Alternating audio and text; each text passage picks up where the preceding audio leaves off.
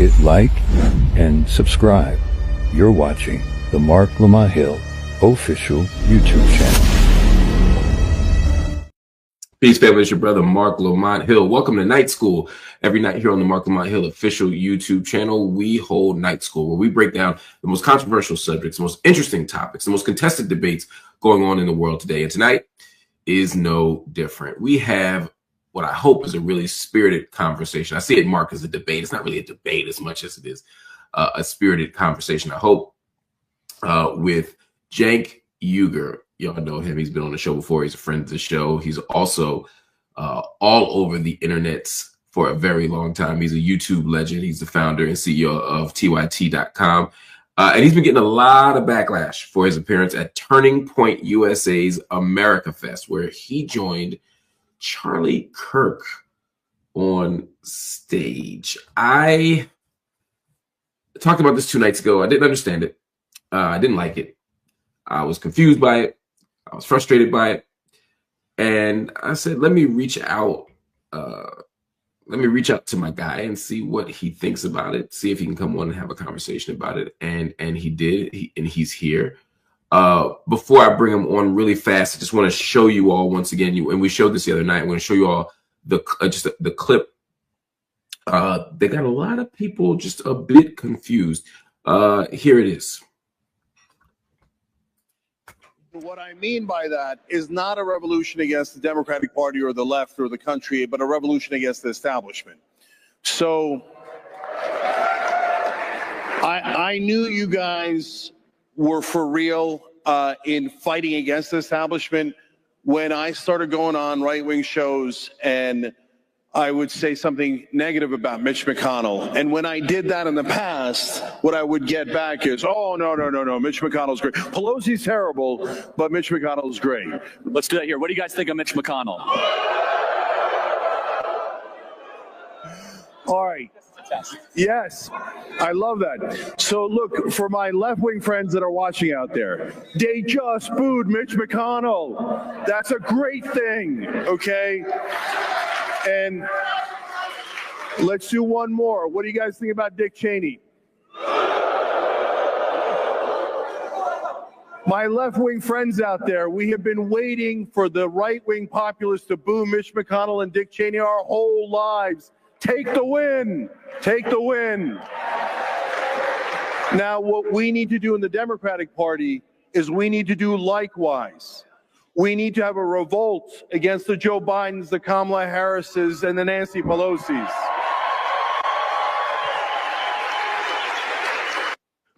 I wanted to keep that piece in because I know a lot of people have been quoting Cenk out of context and making it seem as if he was just leaning toward the right. And it's very important to note that he also said, for you leftists out there, that he said we need to also have that same energy toward Joe Biden, toward Kamala Harris, so that we can have a true progressive movement.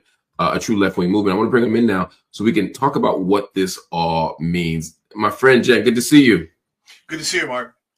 Appreciate that you had me on so we could talk it through rather than just yelling at each other or talking at each other, etc. So appreciate that.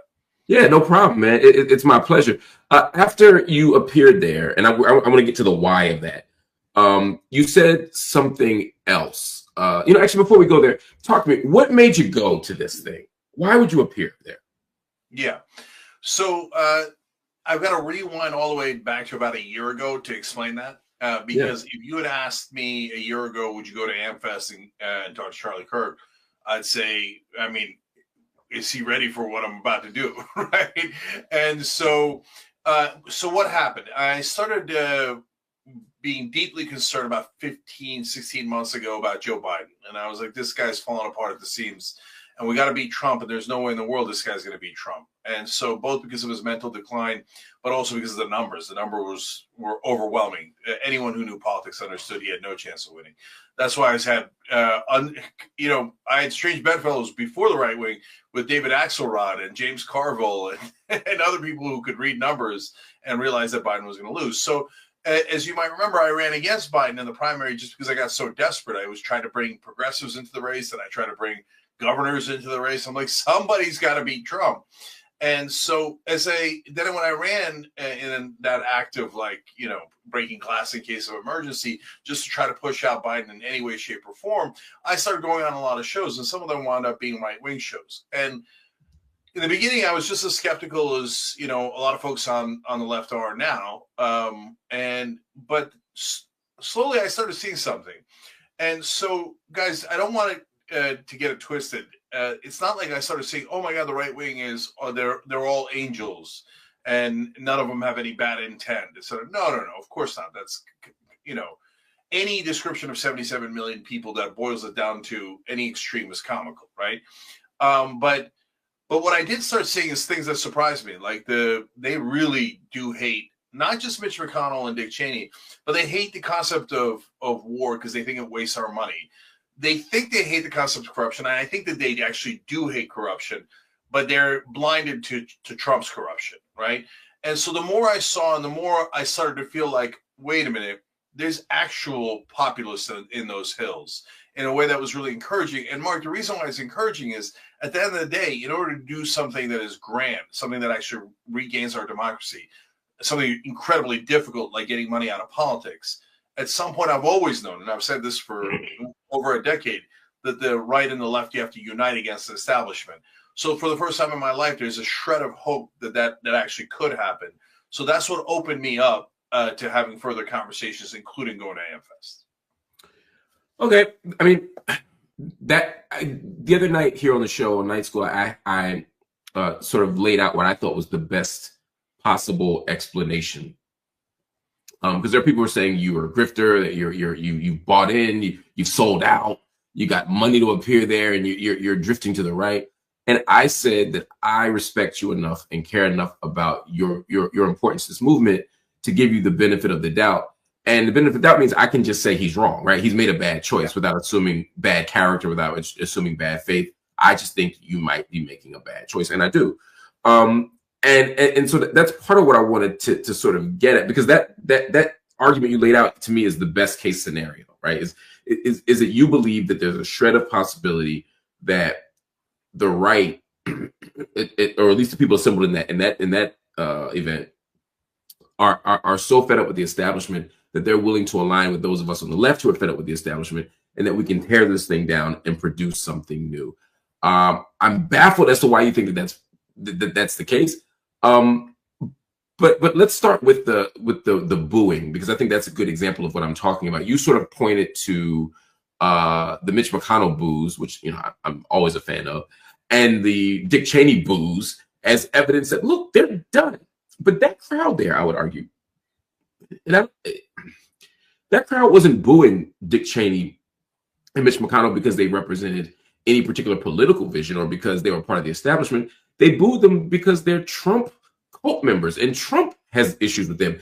If those people, if Dick Cheney stands up and says, "I'm endorsing Donald Trump," that whole crowd erupts in his favor.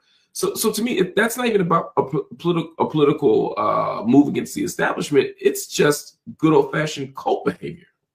Yeah, no, I disagree. So let me break it down. First of all, I appreciate you not assuming bad intent. Apparently, that's a rarity online. Very rare.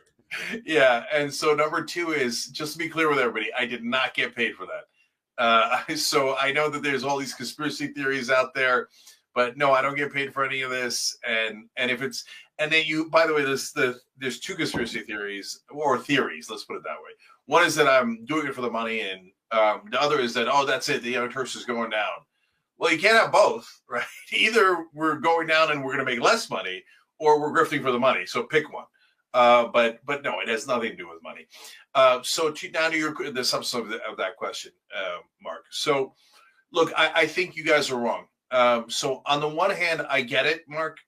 So the fact that Trump is against McConnell and Cheney, is that relevant? Of course it's relevant, right? It didn't come out of nowhere.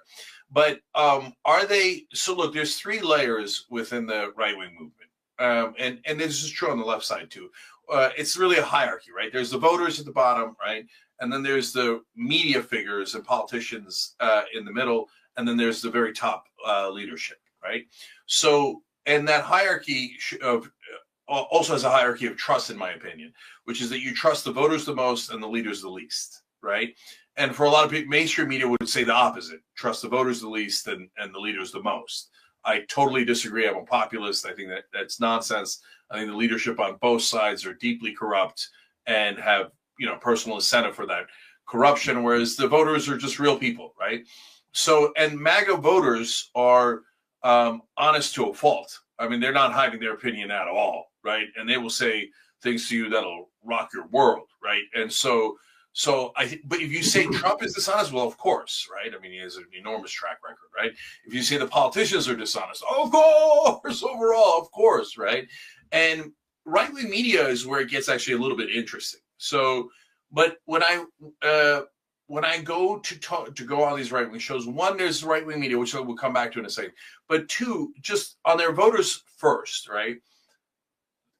How can I tell? Well, number one, you get the comments in social media, you see it on those posts, etc.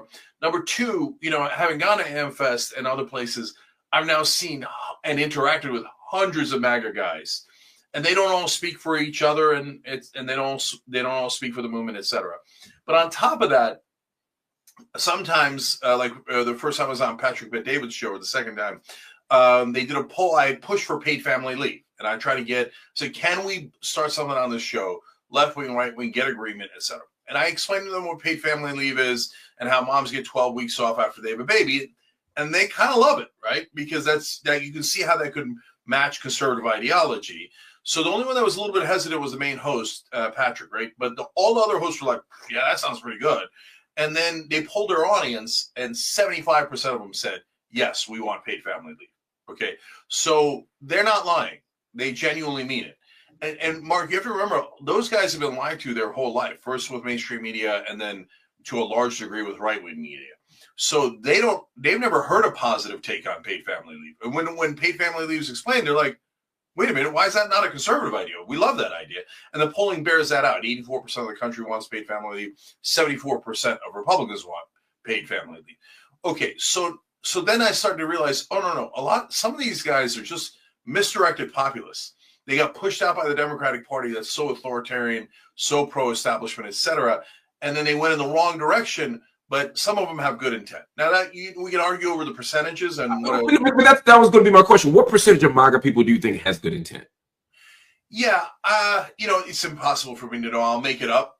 In terms of like the lost tribe of populists, you're going to be surprised at the number, but I think that might be as high as 15% in the right wing. Okay. I can accept that. That doesn't shock me. I mean, I don't agree. I think it's lower, but let's say it's 15%. Let's say that that still means that 85%.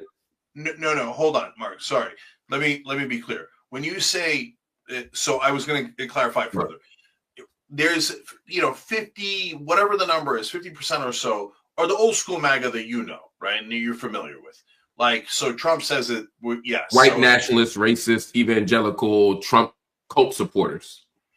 Yeah, I wouldn't use all those adjectives for the whole 50% at all, right? But I understand, do some of those folks exist on that end of the spectrum? Of course. Not some. I mean, it's not some. That is the organizing logics around MAGA were white nationalism, were anti-blackness, were xenophobia. I mean, Make America Great Again, even as a title, even as a label, even as a framework, is about a certain kind of appeal to a certain kind of American narrative. Whether you think it's Make America Great Again like 1800s, or whether you mean it as Trump says he means it in the Reagan era. Either way, you're talking about shrinking government.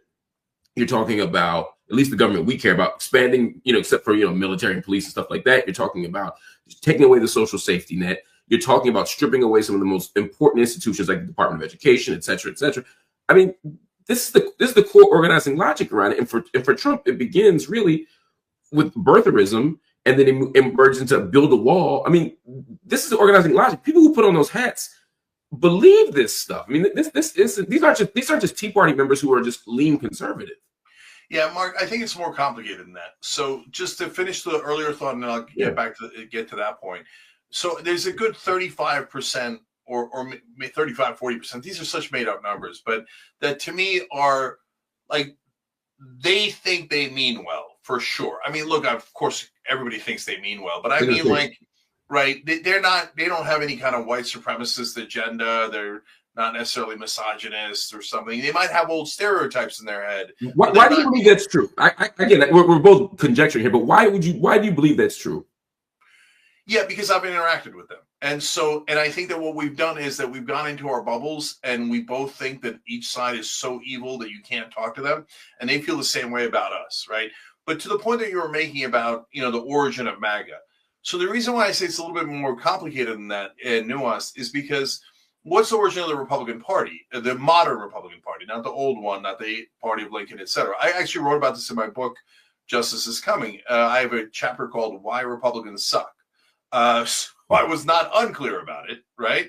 And so I explained that when I was a kid, I grew up a Republican because my dad was a small businessman, et cetera, and we believed the story that mainstream media told us about a shining city on a hill and Reagan's speeches about that, right? And then when I realized that the Republican Party the modern Republican Party was built on the Southern strategy, I felt lied to in a big way, a giant way. Like if I thought the Republican Party was based on racism and hatred and I'm Muslim, why would I support them? That doesn't make any sense, right? And the Southern strategy was so explicit, so clear. We are going to get the racist voters in the South that the Democratic Party left behind when they passed the Civil Rights Act and the Voting Rights Act under Johnson, right? So that's the basis for the modern Republican Party along with greed. And so I'm super clear on that. So MAGA is not, the origin you're talking about, 2016, is not that different than what that party was anyway, right? So, agreed. Yeah, so I get that.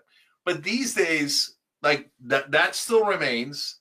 But if you talk to those people, they don't think that they're racist or sexist at all, right?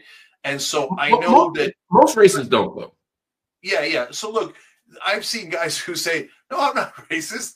I had a black person in the house the other day, and I even let him use the bathroom." Exactly. Like, oh, that's so like that way of thinking is so racist, and you don't know it, brother, right? So like, I got it, right? But now there's a whole heap of people that were just pushed out by the Democratic Party. They hate the establishment. Democrat became more established. But they hate us on the culture wars. And on the culture wars, it gets super messy because part of the reaction to what happened with MAGA and making America great again, to your point, Mark, is that there was this feeling of, oh no, we're going to lose power. Now, that doesn't consciously come out as that guy saying, I'm afraid black people and brown people are going to take over. That's why I'm supporting white supremacy and et cetera. They don't say that, right? But there's cultural movements. So the cultural movement of white America was like, we're getting over the edge here. We're about to lose the majority. And then we're in a world of hurt, right? And you have this instinctual cultural reaction. And that's kind of what you sense with the beginning of MAGA, right? And then, by the way, but let's be fair, our side, I think, and we could debate this too, I think we went too far. And so we went so maximalist that we lost the majority of Americans. And so Republicans, when they started saying identity politics, that was a trick in the beginning because what's the Southern strategy? Identity politics, right? Just so my audience understands, when you say we went too far, what would be an example of going too far? Yeah. Let's take a couple of things, right? So I'm 100% in favor of trans rights. Every show I go on, and at that event, I knew it was a little risky, but I asked them to say, look, trans people are American citizens, and they should get 100% of the same constitutional rights as we do. And most of the time they agree, so that's great, right? That crowd was a little bit more mixed. It was about 2/3, 1/3, 2/3 agreeing, 1/3, right? And so, but on our end, when we say trans people must play in professional sports, right? The league shouldn't have a choice. But wait a minute, that's not where the American people are. And I don't even agree with that. And then people look at that and go, okay, wait, now you're. Do you feel like that's a dominant issue of our side, of the left? No, there's two things that happen there, Mark. So the right attacks first. Let's be clear about that, right? They trans people are minding their business. Now, they maybe culturally they're becoming more and more dominant. Our side is becoming more and more dominant, and it's starting to grate on the right wing, et cetera. But then the right wing passes laws, right, saying, "Hey, this against trans people, that against trans people." Right. Well, that's my point. Yeah, that's my point. It's like that's a right wing issue. That's a solution in search of a problem. The right started making up all these laws and rules and saying, "Oh my God," as if the left were as if that were a priority issue for the left. And then the left speaks a little bit about it, but I don't. And then it becomes the left has gone too far. They're out of control. And it's like, well, no, the right is doing that. It seems like you're almost echoing that right wing talking point. So look, here's the example I use. So as I said at the AmFest event, I'm what they would consider extreme left on gun control, right? So I don't think guns should even be allowed in a house. If you have a gun in the house, you're much more likely to die from the gun, okay? But I know that my position cannot pass, right? I'm going to have to convince people a lot more before I could begin to defend that position in a way that's logical. Like I can defend it all day long, but I defend it in terms of running on that or engaging in that fight, right? Yeah. So on the trans issues, the right wing is the one that baited us, right? They tried it, banning trans people in the military. That wasn't that popular. They tried the bathrooms. That wasn't that popular. Going after their core constitutional rights wasn't popular at all. And then, so they went all the way to the outer edge, trying to find a place where we'll fall into their trap. So that's where we ran into professional sports, some of the terminology we were using, birthing people, etc. And then gender reassignment surgery, pre-18 years old. These are very unpopular positions. I don't happen to agree with any of those positions, as it turns out. But even if I did, but they're also not dominant. I just want to be clear; they're also not our dominant positions. Most people aren't. So even as we say it right now, it sounds as if the left has gone too far and the right is just being more reasonable. When the left isn't saying this stuff in general. No, but Mark, that's the key. So when the right wing came in and attacked on those issues, and they went further and further out. There's a line where I would have drawn the line, even if I held those positions and said, look, guys, we're not going to win on those. I would say to the right wing or to anyone to make it super clear, we're not going to win on those issues. We got more work to do in convincing the American people to be on our side. But there's no point in debating it because we're not arguing it, right? But we didn't do that. And then when you get to the left, again, the left is not a monolith. The left is gigantic and has a lot of different parts of it. But in this case, a lot of left-wing activists online were like, no, this is we fight and we die on this hill. Because if you give 1 inch, that means you're surrendering. And no, we always go maximalist. And so you could tell in the reaction, Mark, because when Anna and I said, yeah, we don't agree with those, for example, those 3 things, right? People said, no, you're a right-winger, you're a traitor, some said Nazi, etc.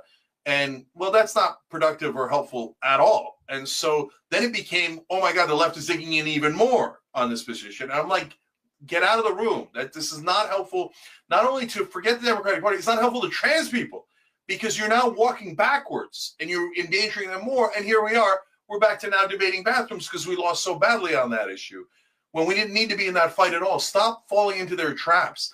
And I give you the gun example because I want to show you guys, me too, right? Like, it's not like I wouldn't do it with my own positions. Here, I'll give you another example about my own identity, like Muslims, right?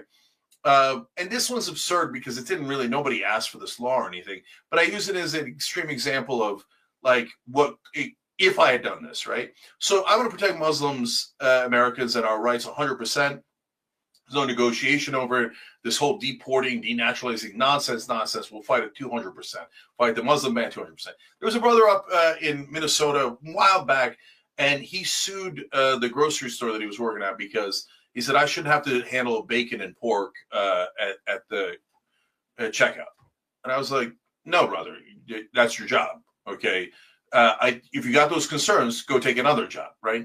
And if we had, let's say, dug in on that position, again, I grant we didn't, that was not a big political issue, but if we had dug in and said, no, maximalist, that's it, Muslims should be allowed to work in the grocery store and not do this, we would have lost. And I would have said, no, don't do that. Yeah, but rights backwards, and I don't want you to walk my rights backwards. Do you see? I got you, but Jack, you're taking things that didn't happen and using them as examples to justify something that did happen. You're taking counterfactual, these hypothetical counterfactuals, and saying, well, yeah, if we had done this, this would be exactly why. This would exactly prove the right's point. But things didn't happen. But let me just take a step back, because no, I'm just saying that even if it affects me, I still have the right. Like, I still have the same strategy. Is my point. That's all. For sure. So I guess part of there are a few things you said that I think are really interesting. One is, both sides are against the establishment, right? That these two issues. I think that the challenge is that argument presumes that the establishment is something other than right wing. We have two right-wing parties that are fighting each other. Now, I'm not pretending that Democrats and Republicans are exactly the same. I'm not pretending that the Green Party and the Libertarians are exactly the same. But these are two right-wing parties. And so when you say, well, they both want to fight against the establishment, I think you might be right that they both in their minds want to do that. That's true. Similarly, they both hate mainstream media, right? But if and they clapped when you said that.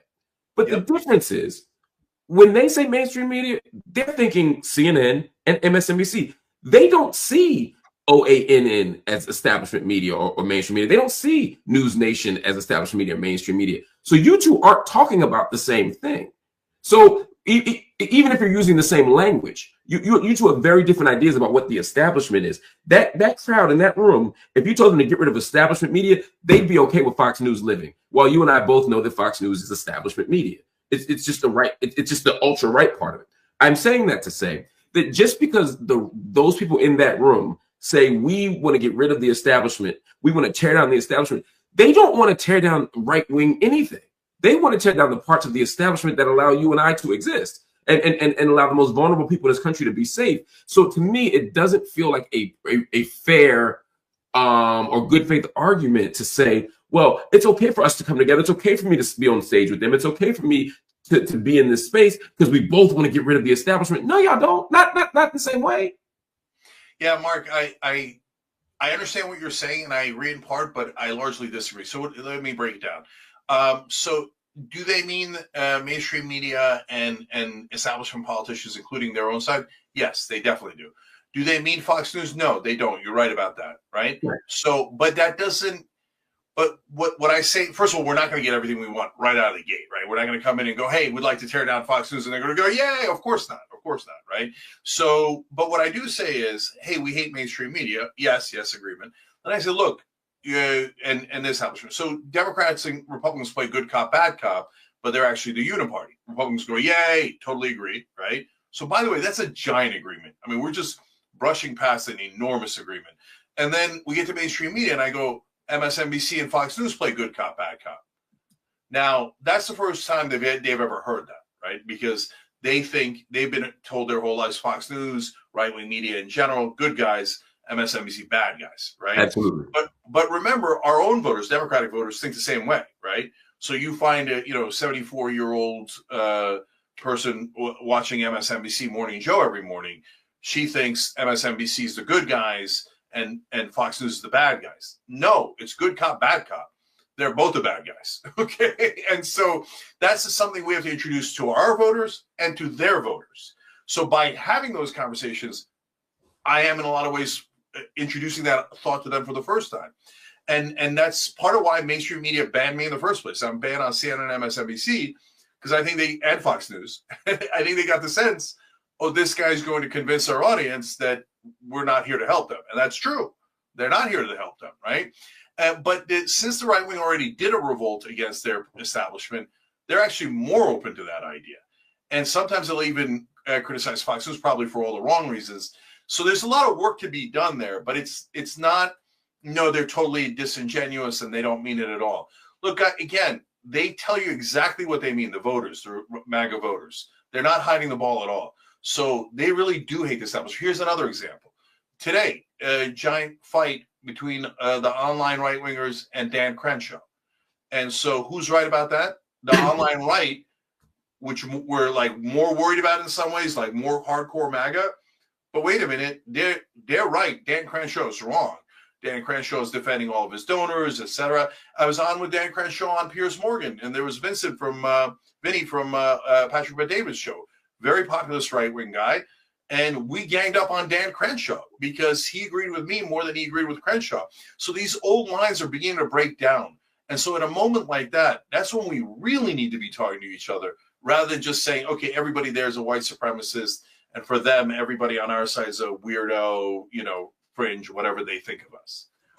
Would I be hyperbolic to say half the people in that room at that event believe that white people are superior? Yeah, it's not a great way of framing it, Mark. How about 25%? Yeah, I understand what you're saying, but since they don't consciously think that, they're going to be repelled by you saying that. And I don't care about them. I don't care. I don't care about them being repelled. I guess what I struggle with is, if you're a white supremacist if you are a white supremacist in this country, that's your tribe. That's where you go. You don't go anywhere else. Everybody in that room is not a white supremacist, but every white supremacist is probably in that part, is in that room, if you get metaphorically speaking. That is home for them. That is a safe space for them. Charlie Kirk, who's someone you shared the stage with, would you agree that Charlie Kirk is a white supremacist? I would certainly agree that he has said very harmful things about. No, but let's not do the mainstream media thing. Do you believe he's a white supremacist? No. Tell me why.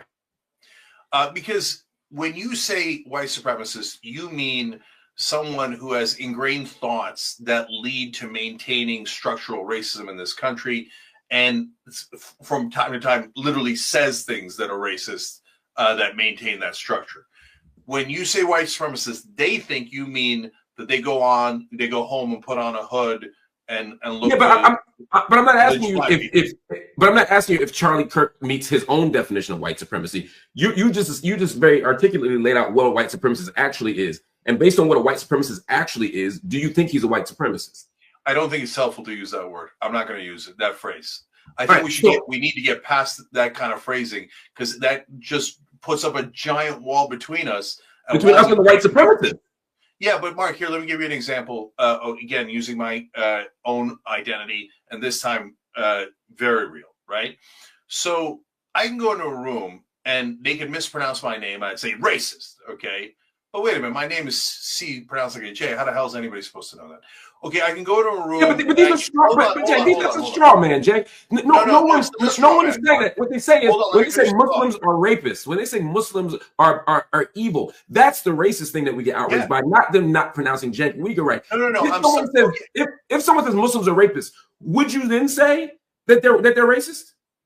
So, Mark, it's how am I dealing with that situation is the question, okay?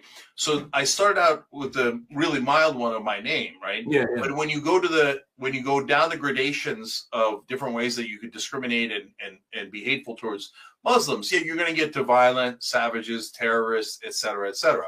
And what's the best way to deal with that? Now, what I have done in the past, and what a lot of folks are still doing today is call them racist, etc. And from time to time, if somebody calls me an anti-Semite on TV, I do call them a racist back. Okay, so because I've never seen anyone. He who smelt it dealt it. Yeah, because I've never seen anyone who engages is on the Israel side that just automatically, reflexively, without even checking any facts, called the other person an anti-Semite, and they didn't think that Muslim lives were worthless, right? So I can't understand that any better than I do, having been the group that is most smeared in this country. I mean, yes, black people have had it much worse in this country. I don't know about the most smeared, but let me ask you, just to pause for a second, because again, I'm not sure I understand. Is there anybody in this country that you're willing to call a white supremacist, or do you just completely rule that word out? No, of course. If they declare themselves a white supremacist, everything they say is about white supremacy. So, for example, Nick Fuentes is an anti-Semite and a white supremacist. That's not hard to suss out. That's just defining feature. So to finish my point about Muslims, but instead now, Mark, when I go into a room, I start talking to them, and then halfway through the conversation, when they begin to like me a little bit, then I tell them that I'm Muslim. And I say, look, I know, Trump said we should ban all Muslims from the country in 2016 when he was running, right? So how am I supposed to react to that? And now we're at least have had some common ground and some bonding. So then they feel like, hey, wait a minute, maybe not all Muslims are terrorists, right? You're one of the good ones. Yeah. No, I get it. And they might think one of the good ones, but then when they see 12, 18, etc., how are we going to break it down, Mark? Because if we just call them names, it's not going to work. It hasn't worked. I've tried it a million times. No. But Jake, that's disingenuous. Calling someone who's white supremacist or Islamophobic, that thing, to reduce that to name calling is unfair to the person who's being harmed. No. I'm not saying it's name calling and I hate you and blah, blah. And you're no, but you just said to call them names. We're not calling them names. We're identifying them by what they are. Yeah, but Mark, tons of folks on the right wing are Islamophobic. But me going and calling them Islamophobic is not helpful. So that's why I'm saying, you're arguing a point that I'm not making. That's a straw man. I've never suggested in this conversation that we should be going into rooms and calling these people what they are. That has nothing to do with what I was talking about. That's a straw man. What I was talking about was the fact that you're in the room with people who look at the world that way and what it means to be in the room with the people who look at the world that way. But if you're stipulating from the beginning that you don't necessarily agree that they're that thing, that's different. I'm not talking about how they self-identify. I'm not even talking about whether we point in the room and say, hey, white supremacist over there. Hey, sexist over there. Hey, transphobe over here. I'm not saying we got to do any of that. What I'm saying is that if we're walking into a room with people whose ideologies and beliefs are consistent with white supremacy, with Islamophobia, with anti-Semitism, etc., we have to at least question what the possibility is of reaching a political alliance if at the core they don't think we're humans. If at the core they don't think we deserve the same thing, regardless of what we call them. And so if we only focus on the tactic of how to engage a white supremacist, we lose sight of the fact that they're still white supremacists and that they don't want the same things we want, regardless of what they say. Now, Mark, this is a core disagreement. So if there's a room full of Islamophobes, I'm not going to A, not go in there, and B, I'm not going to call them Islamophobes. I'm going to go in there and I'm going to start to change minds very gradually, okay? And so I think that's a way better strategy. And yes, it endangers me maybe to go into a room filled with Islamophobes, but I'm going to do it again and again and again, okay? And so it, like, even you saying, okay, half the room is white supremacist, but Mark, so you're saying they believe in systemic, like they are part of a system that executes racism in the country. Yes, but we all kind of are. But so calling all Americans white supremacists is not helpful. But again, Jake, you're holding on to a point that I'm not making. You keep debating the argument about whether or not we should call them white supremacists. Let me stipulate again. I'm not making the case about whether or not we should call them white supremacists. We don't have to engage that part. You're calling them internally white supremacists and saying, why are you going into a room with white supremacists? That's the second straw man. My debate isn't whether or not we go in the room. It's how we go in the room, what rooms we go in, and what we do and what we say about the people in that room when we're in the room.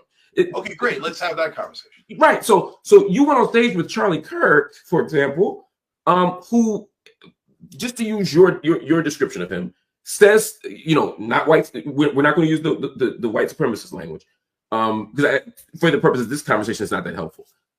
But certainly he consistently advocates positions that certainly strengthen white supremacy.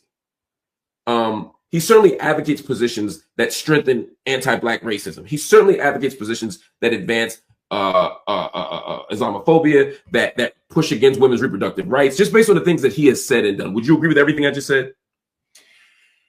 Largely. Okay. So you're on a stage with someone like that. Yeah. Can you see at least how you being on a stage like that could make someone who trusts you because of all the great work you've done believe that he's not so bad? And maybe the positions he's taking are legitimate ones. Could you at least see how being in the room with him without offering any substantive critique of him in that space could be problematic? But wait a minute, I defended left-wing position, so I don't accept your premise. I said a substantive critique of his behavior, what he's doing. I didn't say you didn't have a critique of it, right. I disagreed with him on trans housing. So again, I don't accept the premise. But okay, so let me restate it because I don't want to operate disingenuously. Can you see how it could be problematic to someone?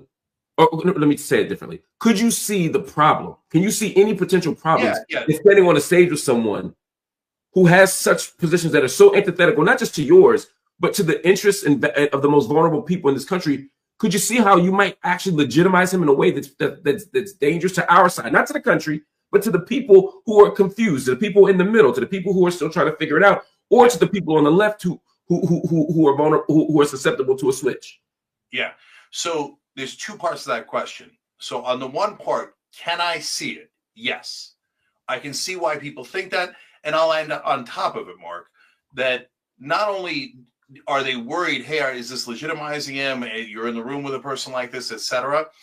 But we've also seen a pattern, right? We've seen Dave Rubin, and we've seen Tulsi Gabbard, and we've seen others. And first they go in the room, then they agree with a little bit, and then they agree with everything. And then all of a sudden they're all right-wingers. And then while still pretending to be left-wing and saying, oh, well, me as a liberal or a progressive or a left-winger is telling you you're right about all the issues, right? And so I get that's why people are concerned. So that's not crazy. I get it, right? But then the second half of what you're saying, I don't agree with at all, right? So does that legitimize them? Well, first of all, they won the election. So they won the popular vote. They won all the swing states. Like, we have it in our mind that I specifically said not to the entire country, but to the people on our side, specifically in anticipation of you saying they're already legitimate and won the popular election. Again, yeah. I'm not saying that you're. Am I legitimizing them to our side? What I'm saying is there are people who are going to vote for them, right? There are people, majority of whom are in this country are going to vote for, say, Donald Trump, right? But if you stand on stage with Donald Trump,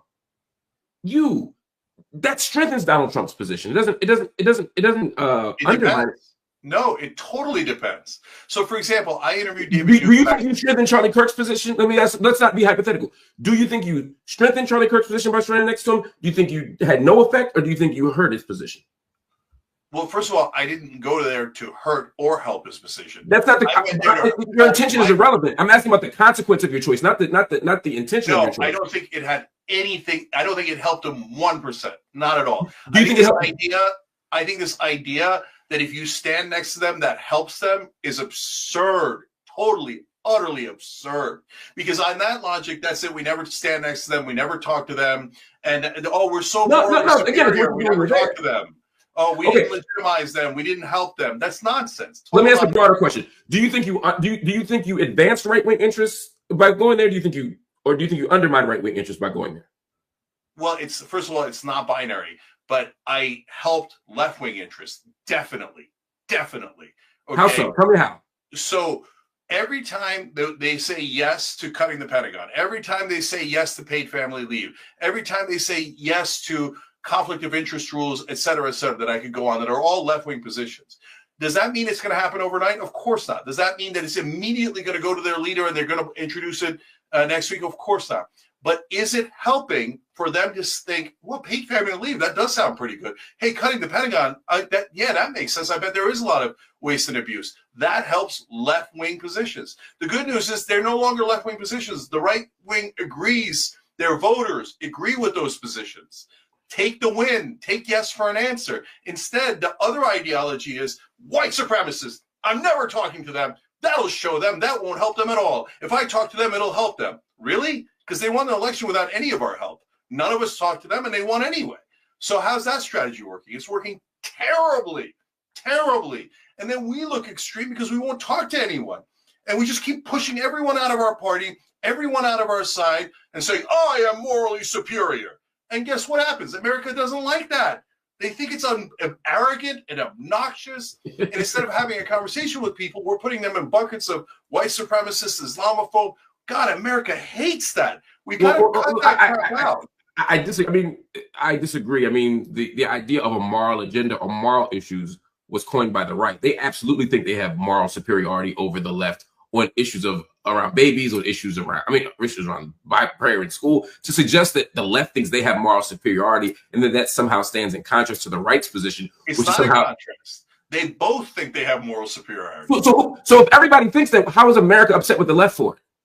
Because the right goes, oh, you agree with me 5%? Come on in. I'm willing to have that conversation. I'm willing to do this. I'm willing to do that. The left goes, you disagree with me 5%? Nazi. And then, okay, then America goes, all right, then I know which side to go on. Because this guy says the slightest disagreement, I'm a racist, I'm an Islamophobe, I'm a Nazi, etc. I don't like that guy.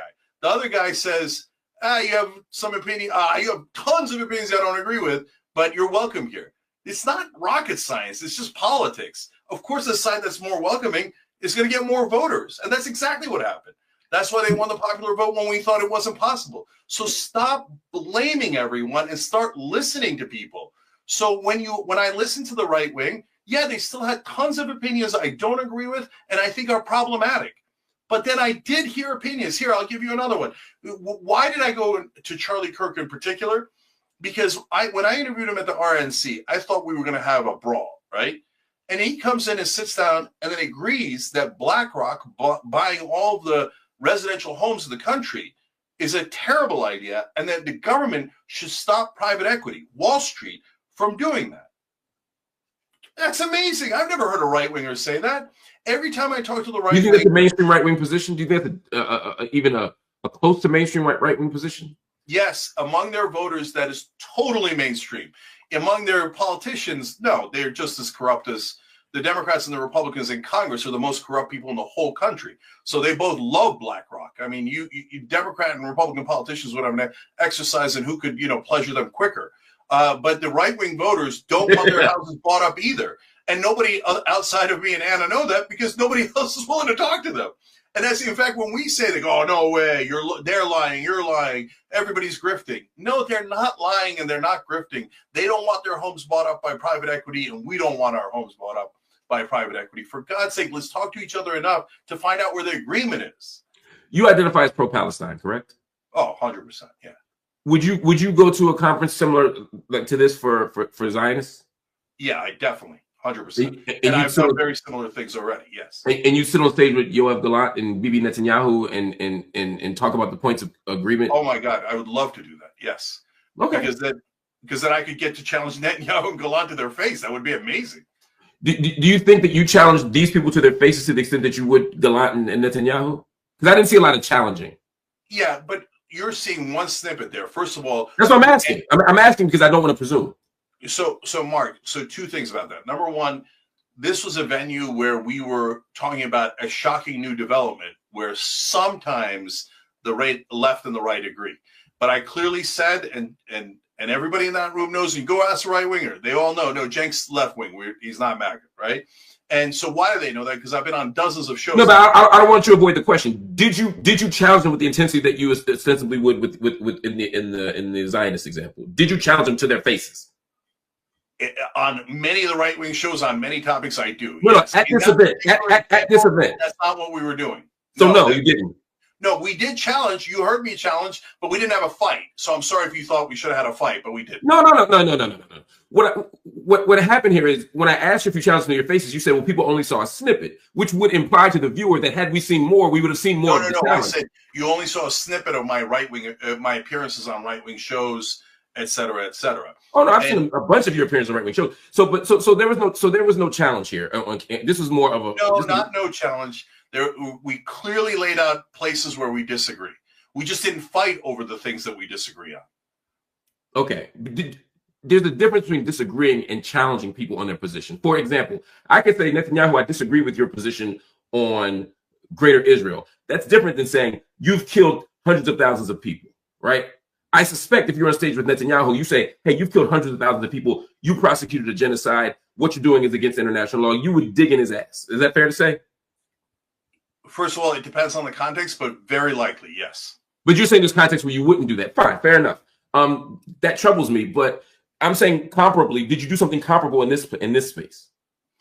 So in this case, we didn't go to set out to do a debate. If we went to do a debate, I'm not talking about a debate. No, hold on. That's not what I asked you. I'm saying, did you confront them on the? You might not be debating Netanyahu, but if I see Netanyahu and I'm on a stage with him, I'm digging in his ass whether we're here for a debate or not because it's the principled thing to do. Did you tear down the right for all of the problems, all of the harm, all of the damage they've done? Did you do anything that was extent? No, Mark, that's a totally unreasonable standard. So you're saying in every single appearance that I need to tear them down. Well, that defeats the point of beginning to have a conversation on the things that we agree on. If in the midst of that conversation we get to a disagreement, then yes, sometimes we wind up yelling at each other. I was on Tim Pool's show and I got into a huge fight with one of his hosts. And I don't care. I defend our positions every time. There is no Rubenesque, oh, sir, you are right, sir. Gay people are the problem, sir. There's none of that. None of that. But if you're asking me to pick a fight every single time and do it vociferously every single time, that is an unrealistic and ridiculous. I agree that it's unrealistic to pick a fight. But again, I never made that claim. That's another straw man. What I'm more asking about, I guess what I'm saying is, if you go there and you say, hey, look, here's the stuff we agree on. Let's move this stuff forward. Yeah, you didn't say, hey, you're awful on gay people, but what you did say is, hey, we agree on trans people. So no, we don't agree on trans people. Because I said, don't we, like, do you guys agree with constitutional rights for trans people? Every time I've done that on a right-wing show, all the hosts said yes.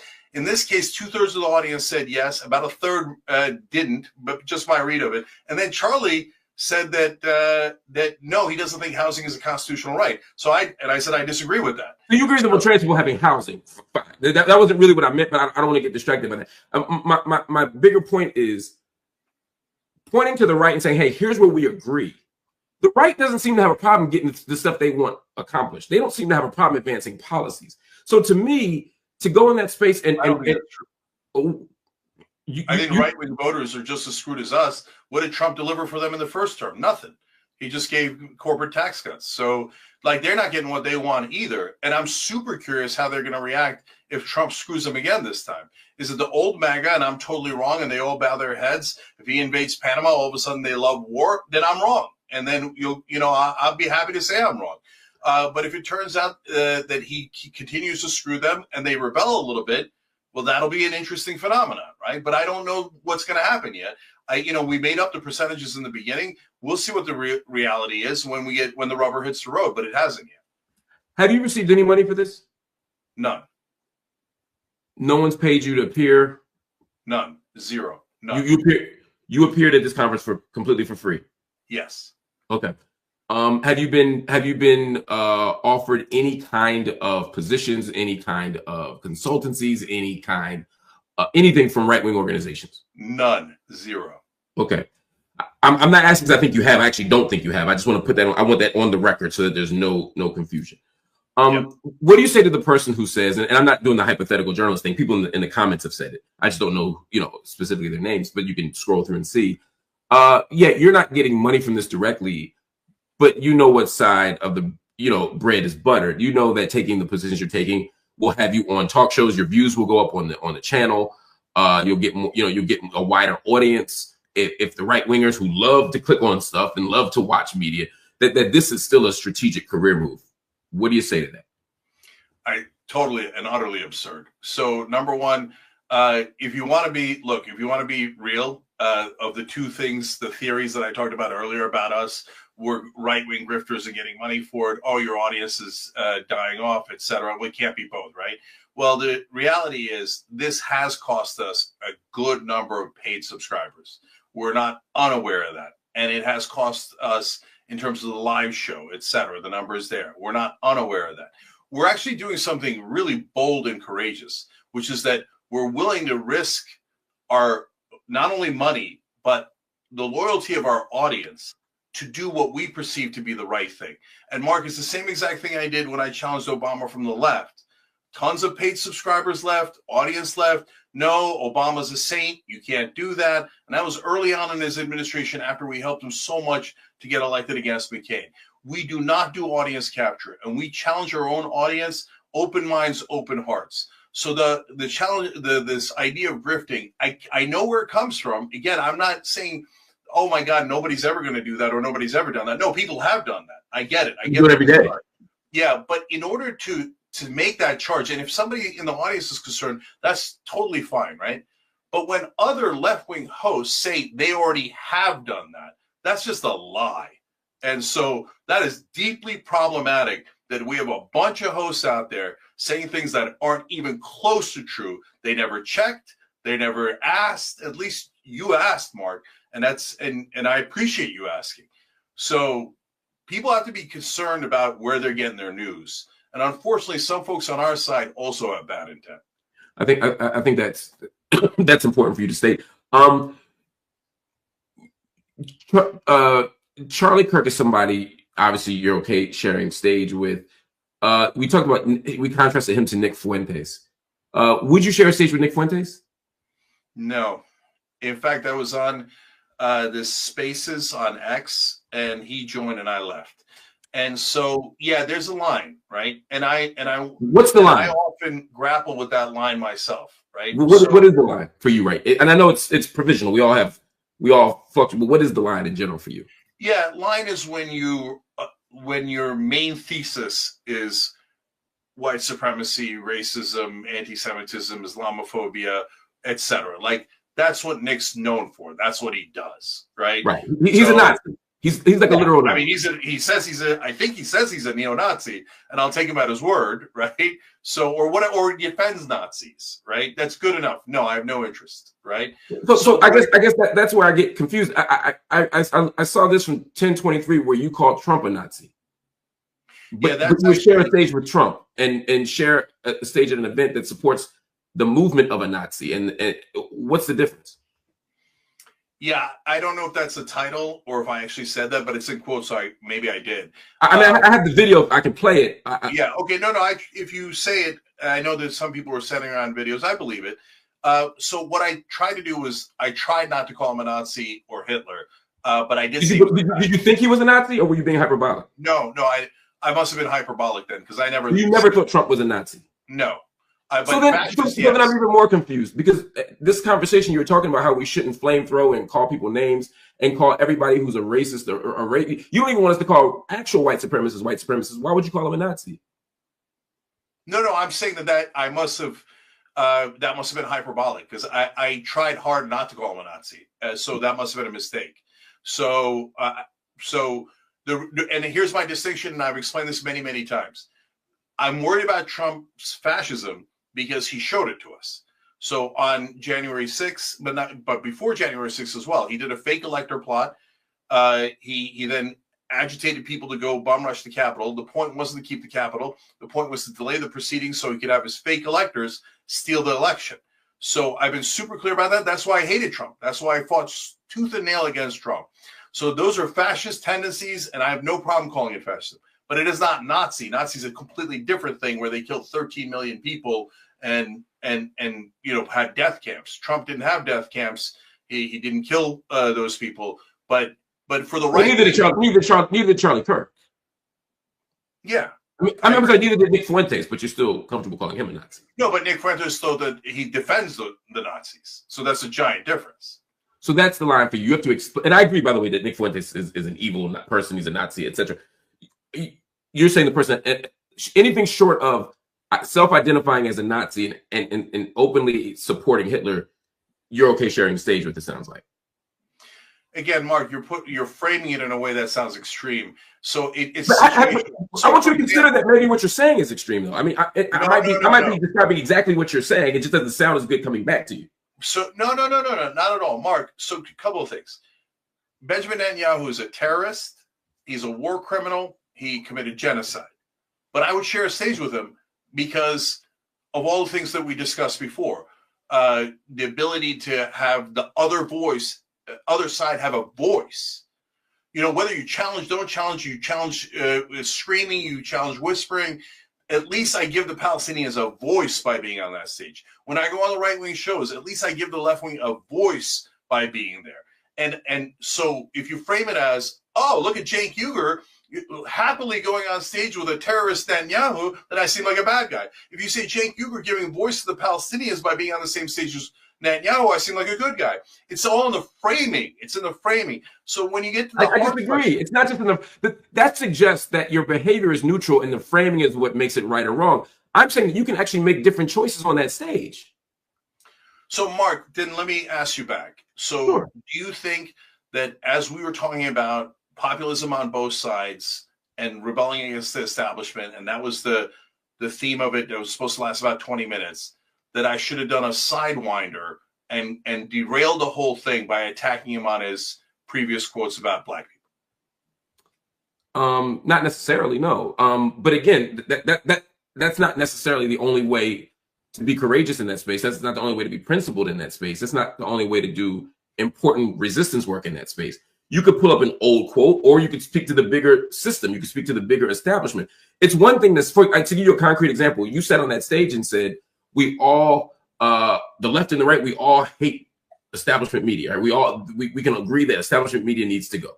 Everybody claps. That's a great feel-good moment. But again, those people who leave that room, who are the dominant consumers of mainstream media, who are the dominant viewers of mainstream media, and who are controlled by people who are right-wing, they're going to walk away saying, yeah, we got to tear down mainstream media. And they're talking about CNN, and they're talking about MSNBC. Courageous is going on that stage and saying, look, I know y'all don't want to hear this, but Fox News is mainstream media too.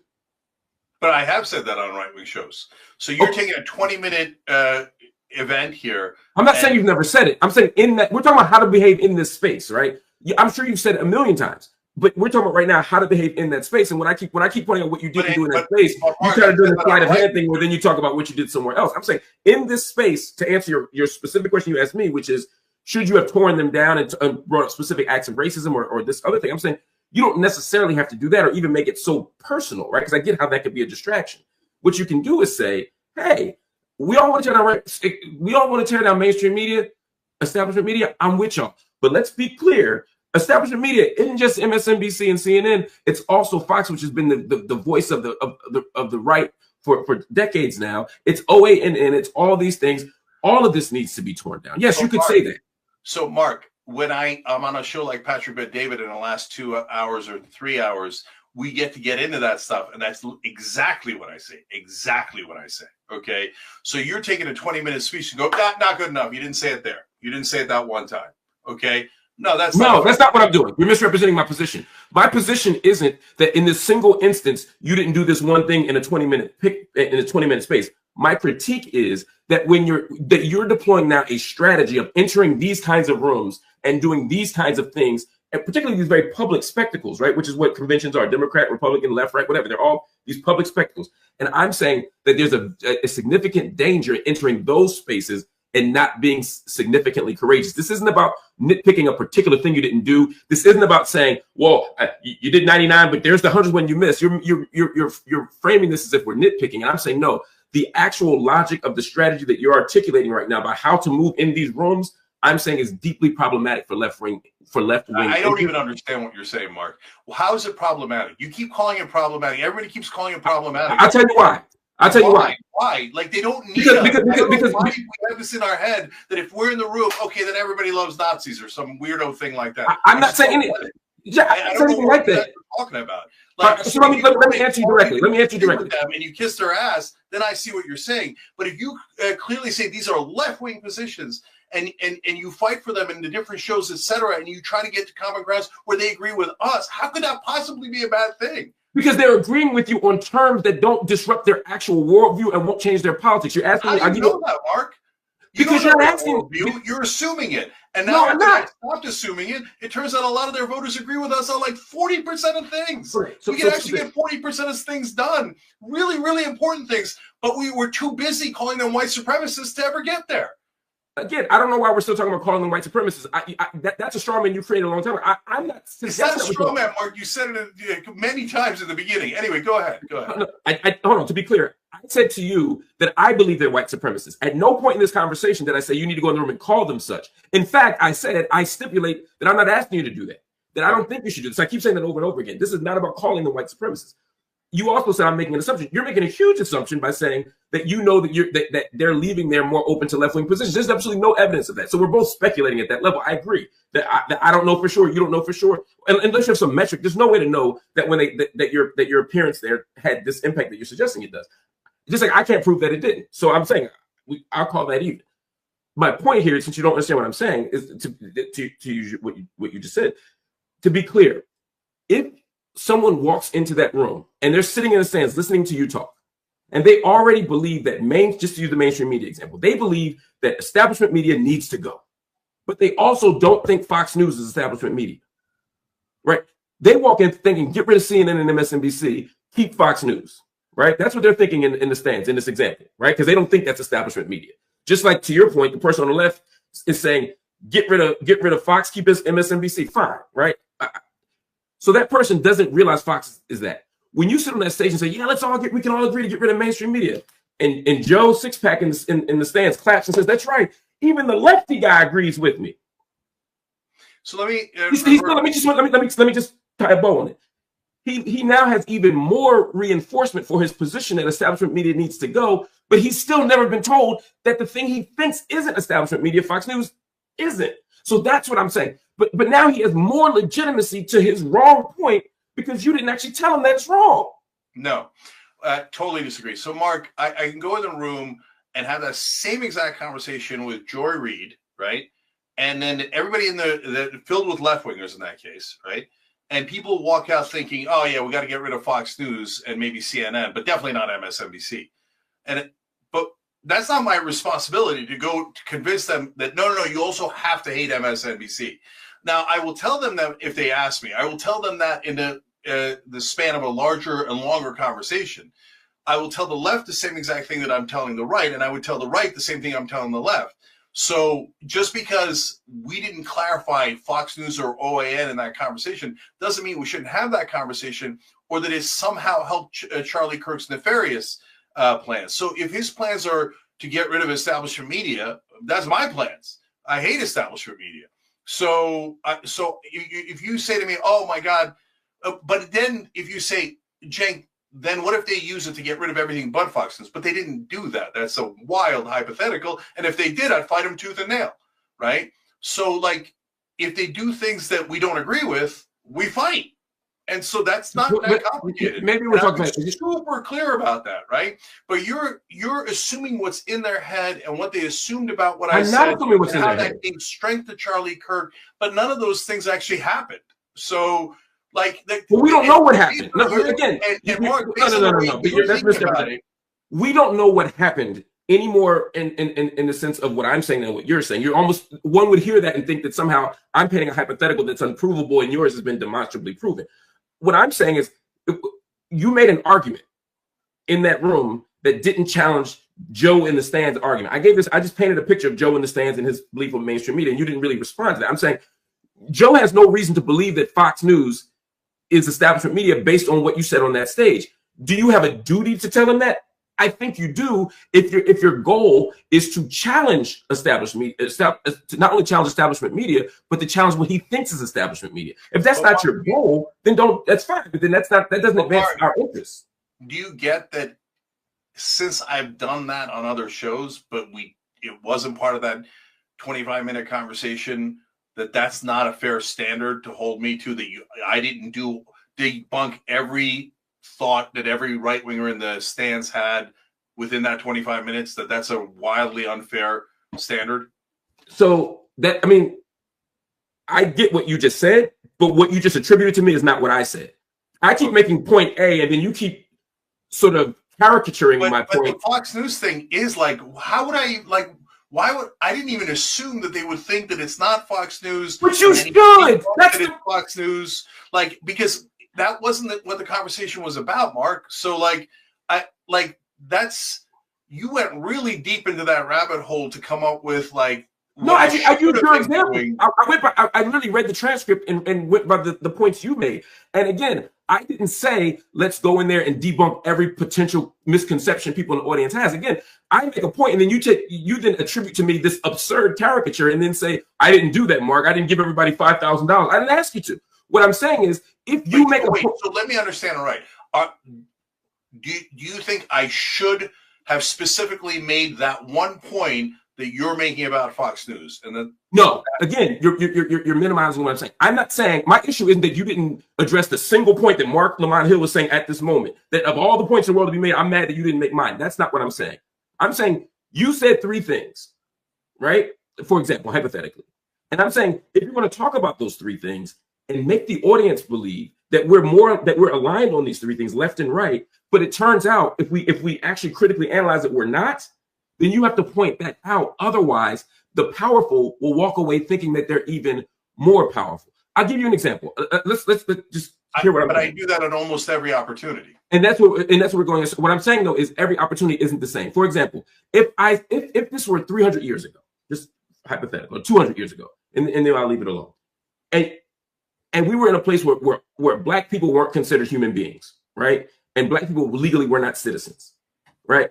And you were an abolitionist, and you walked in the room to a room of slaveholders and said, every citizen should get a house. Every citizen should have the right to vote.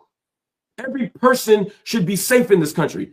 We should all agree on that. And y'all clap and walk out and hug it out and leave, right? You could say, look at this.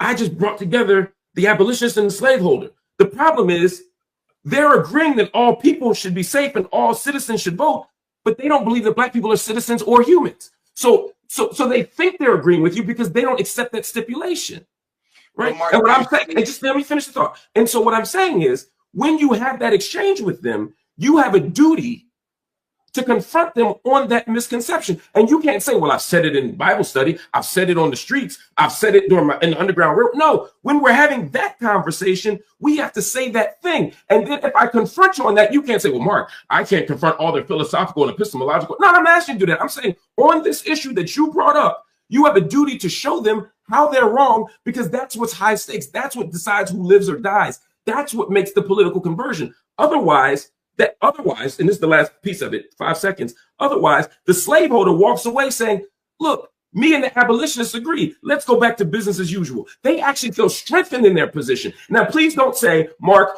why are you comparing this to slavery? Please don't get on. No. Actually hear the heart and the substance of my argument and be intellectually honest and address. Don't talk around it. Address the specific example I gave you, and please answer it. Yeah. No, I get the analogy completely. I totally get it. So look, there's two parts to this. Number one, you just built a straw man. You said, oh, I did it in Bible study. I did it at the grocery store. No, I did it in right-wing spaces. I did it on some of the largest right-wing. Yeah, that would be, that's not a straw man. To be clear, in 1800s, Bible study was a right-wing space. Only the right was allowed in the grocery store because black people were property. It's a perfect analogy.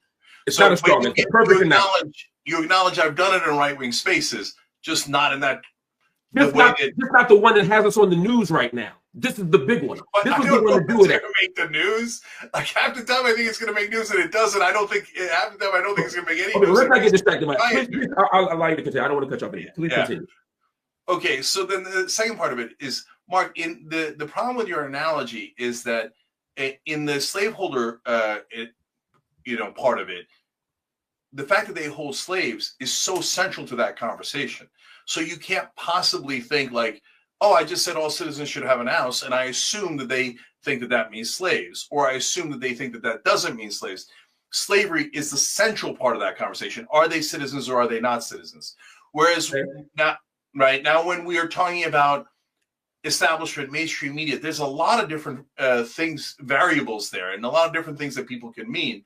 So whether we're talking about Fox or OAN within that conversation is not necessarily central in the same way that slavery is central in your analogy, right? What's central in this conversation? So what's central in this conversation is, do they actually believe some of these populist opinions, right? Do they actually dislike establishment politicians because they take donor money and hence are corrupt? And that's super central. And yes, my assessment is the MAGA voters, and yes, they're not seeing clear on Trump. They're not seeing clear on Elon Musk, but they do hate the corruption. And they do hate the donor class. Okay? To that point, they clapped you when you said establishment media. They clapped when you said we hate Dick Cheney and Mitch McConnell. When you said we got to get rid of the donor class, no one clapped. I noticed that. You know why, Mark? Because I challenged them by talking about their donors. And I've done that on many shows. And I've talked about, hey, remember, Elon's a donor. I've talked about Miriam Adelson being a donor. When I get to Miriam Adelson, we go back to agreement. Okay. And you might not expect that from the right wing, who supported Israel throughout my entire life.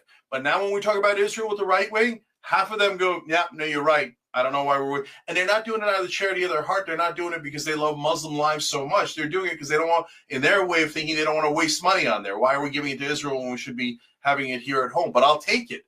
But I never would have gotten there if I never talked to them.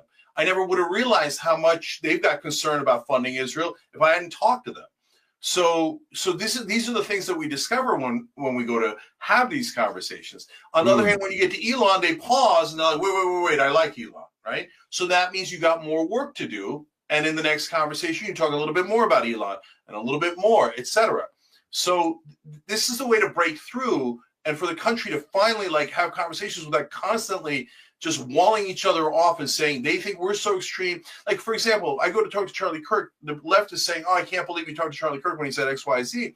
But do you know that the right wing is saying the same thing to Charlie? I can't believe you talked to Cenk when Cenk has said Nazi, fascist about Trump, and which I didn't even remember the Nazi part, but you showed me there, and there's a video going around, so I must have said it. But that's okay. And Cenk defends trans girls going into high school sports in women's. So a lot of people hate that Charlie talked to me because they view me as completely extreme and illegitimate and out of bounds. And what we're doing is we're breaking down some walls. So, but do you believe that you and Charlie Kirk are opposite sides of the same coin? Do you believe that you and Charlie Kirk are opposite sides of the same coin?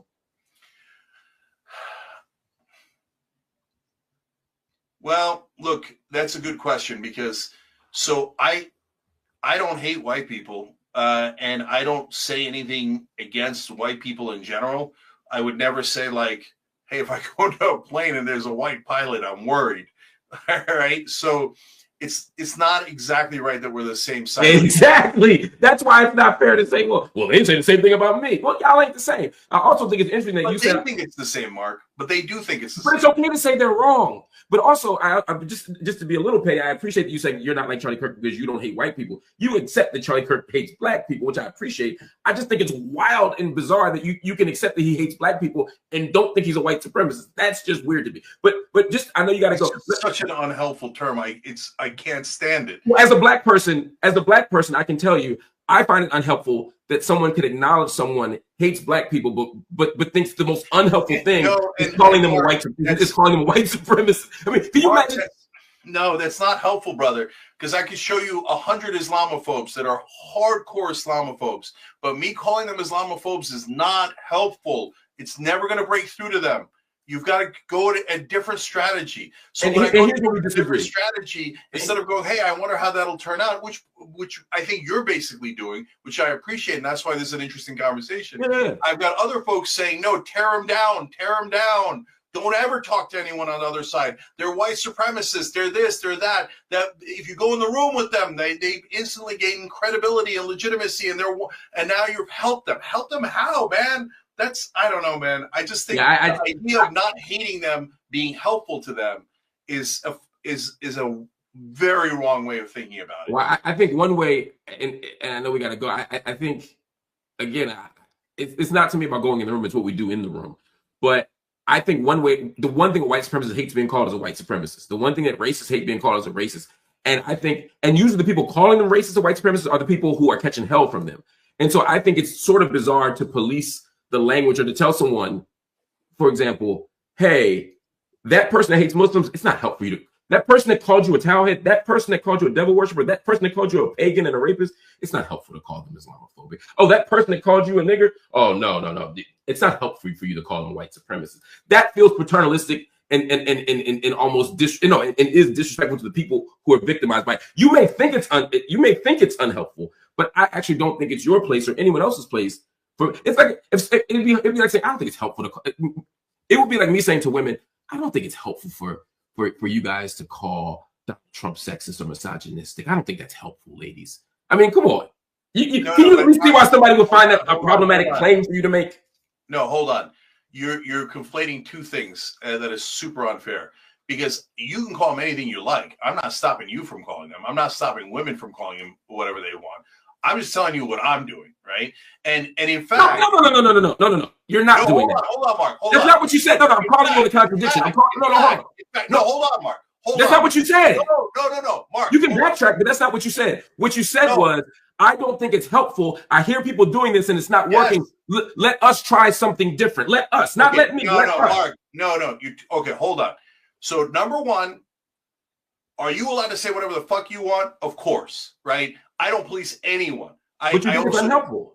Yeah. But is it unhelpful? Yes. Okay. Now that's up to you. You want to be unhelpful because you're pissed. I get it. Especially if it affected you. So like if I go tell a fellow Muslim, hey, it's unhelpful to say the Jews are this or the Jews are that. And he goes, I don't want to hear that shit. Okay. My family got killed. I hear him and he can say whatever he wants. Right. But is it unhelpful? It is unhelpful. Okay. So for example, I just want to be clear that that's what you're saying. Hold on, let me finish my thought.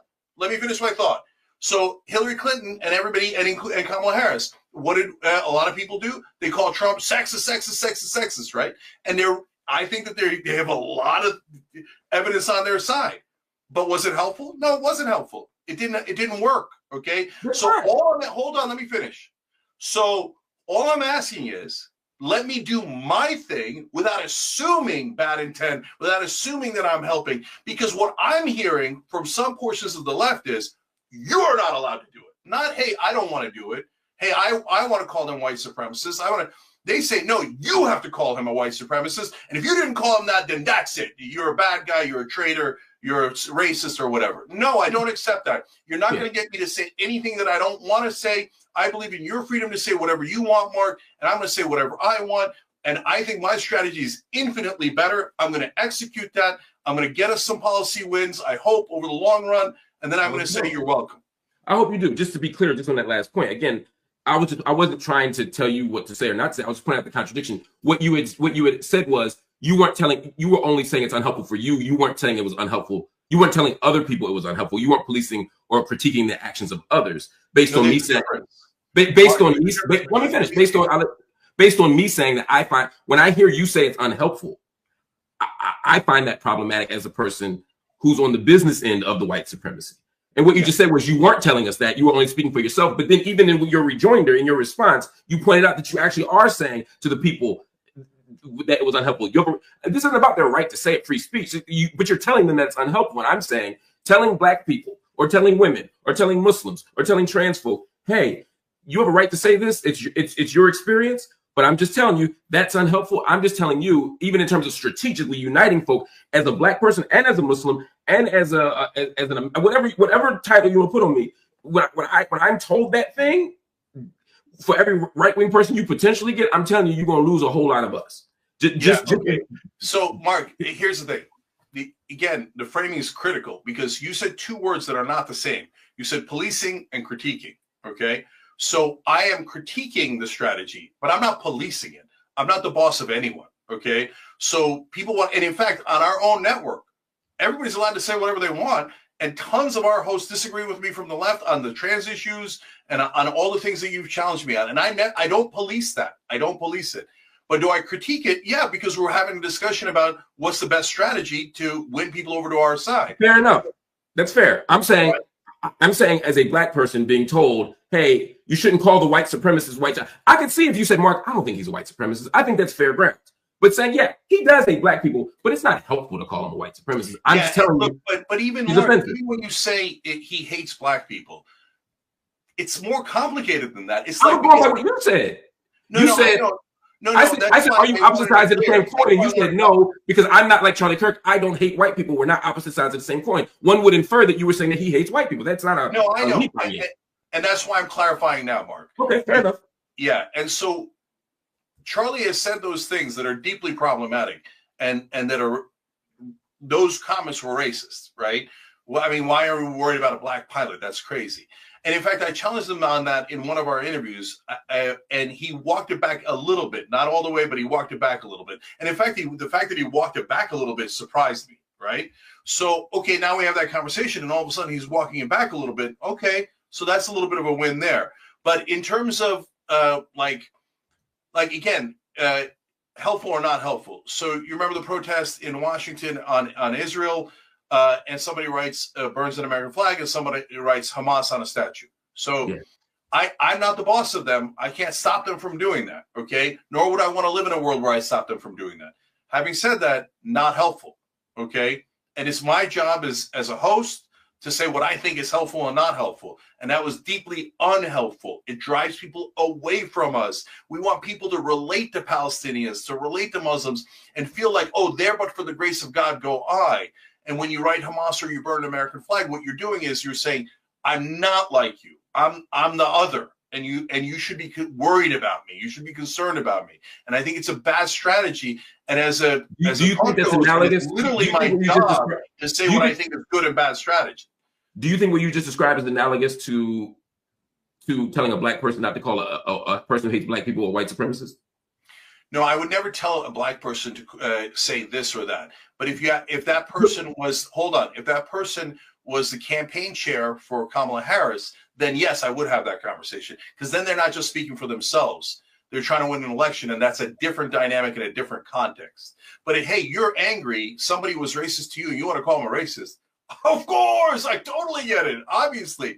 I mean, and I told you earlier, right? So when people come at me in an unfair way in those Israel debates, I call them a racist or a bigot right back at them. It depends on the context. What are we trying to accomplish? In that case, why did I call them that? Because I'm trying to get them to understand just blanket calling someone anti-Semitic doesn't win the argument. I could just do the same exact thing and call you a bigot. And I didn't win the argument either, but at least we've neutralized it. But if they're not bringing it up and they're not saying this or that in a place where you're trying to stop private equity from buying our residential homes, I think it's poor strategy to say, well, look at me working with these white supremacists or whatever it might be. I don't want to do straw man. I don't want to put words in your mouth. Fair enough. So yeah. What's the end game here? How do you see this ending? Yeah, there's two possible ways. So one is that we try this, etc. Then Trump starts doing things, and they're not any of the things that the right-wing populists talked about.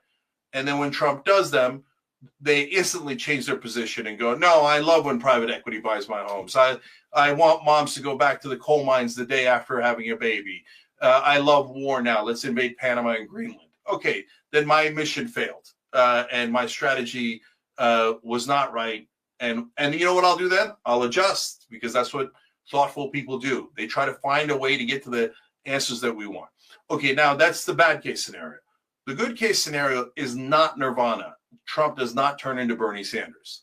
The good case scenario is, as they're doing other things, including an enormous robbery that's about to happen, okay, maybe we get a couple of wins. Maybe, in fact, this is the craziest thing I'll say. I'm a tiny bit hopeful about turning around on Israel, because I've heard those right-wing guys. They don't want to keep funding Israel. I'm telling you that right now, okay? If we got to turn around on Israel, oh my God, that would be such a giant win in the midst of what appeared to be hopeless times. Now that's a hope against hope, okay? But can we win on any one of those things? Like, for example, like this is the easiest one, right? I say one of the things I say is pardon Edward Snowden, because I know that they want to pardon Edward Snowden, right? And we agree with pardoning Edward Snowden. And what that does is that doesn't change the world, but it takes a first step towards unity. And then let's see, well, do they really mean it on cutting the Pentagon? Because the voters mean it. The voters mean it, or at least a big portion of them do. I know that the politicians don't mean it. So now that's an interesting collision. And what happens? Does the populist right wing rebel, or do they just simmer back down and go, yes, sir, absolutely, sir? I don't know. And I think that's super interesting. A lot of folks on the left say, no, they already know. They already know. Nobody on the right ever means anything. They're all robots, or they're all evil, or whatever that they think. That's just not true. They're human beings, and there's a giant range of that 77 million voters. You know, when you came on the show, I thought the biggest thing we were going to end up disagreeing on was you being a Pittsburgh Steelers fan, which has been as deflating a movement in the last 3 weeks as anything happening politically. But it turned out we were going to have we had this spirited conversation, and just like you said, the Steelers are going to do better in the playoffs despite this losing streak. You know, you're also saying this plan is going to work despite the evidence to the contrary. You could be a prophet, not in the Islamic sense, but in the Western Christian sense of you could be absolutely right on both of these things. You could see the crystal ball better than the rest of us. I hope you're right. I hope it all works. I don't agree.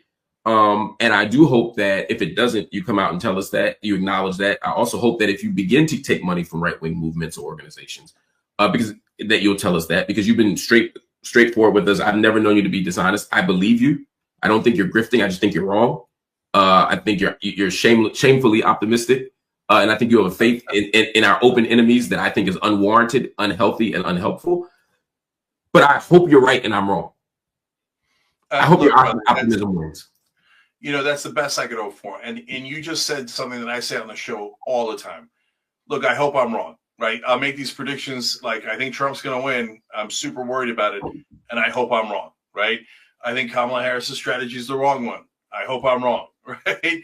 So time will tell. But Mark, for those who don't know, I've been through a lot of these tests already. So MSNBC, I turned down over $1 million to say the things that are right. They wanted me to be basically pro-establishment, and I wouldn't do it. They wanted me to, you know, be soft on the inside. I mean, there's a moment where you are tested, and you're tested with a lot of money, prestige, status, all those things. And I said, I'd rather tell the truth to my audience. So I'm not going to turn around after all this time and all the pain that we've gone through.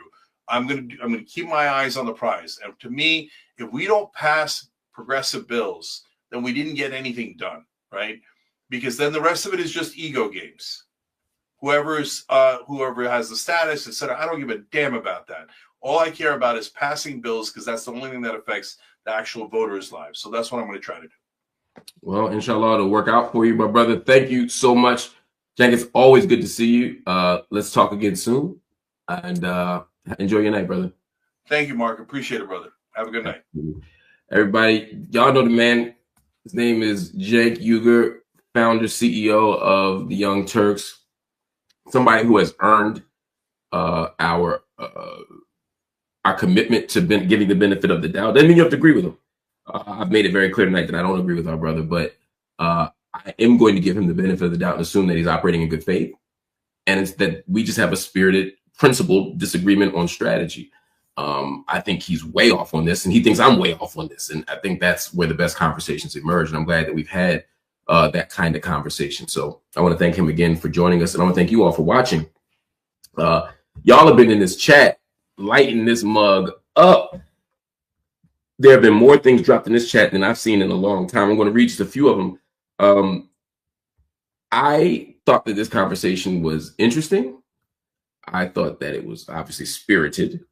I've never had to debate him before, so I don't know. And I didn't expect to debate now. I thought it would be a little more conversational, but it just felt like there were multiple moments where he wasn't hearing my point, or multiple moments where he was ignoring my point or obfuscating my point or misrepresenting my point. Some people debate that way. Again, I'm not assuming that he's being dishonest here. I think he, again, may have not heard me. And sometimes in the heat of debate, you hear people differently, or you don't hear a comment in the most generous interpretation possible. All that is possible. I don't want to make any assumptions about Cenk, except that he was missing my point and sort of caricaturing my point and minimizing my point. And the thing is, on cable news, when you got 3 to 5 minutes, you got to keep going. But here at Night School, that's not how we rock. That is not how we rock. I think Bullet the Bunny said that in the comments. Yo, that's not what we do here. What we do here is we drill down. And I'm not going to be a dick about it and like not let you leave the point forever. But you're not just going to be saying shit and flying by. We're going to have the conversation. We're going to dig in. And I'm going to say, no, that's not what I said. Or I want you to say, hey, Mark, that's not a good analogy. And I thought by the time we got to the slave master, enslaved person analogy, I thought that the point was clearer. As clear as I could make it within my limited abilities. We all have limited abilities as humans.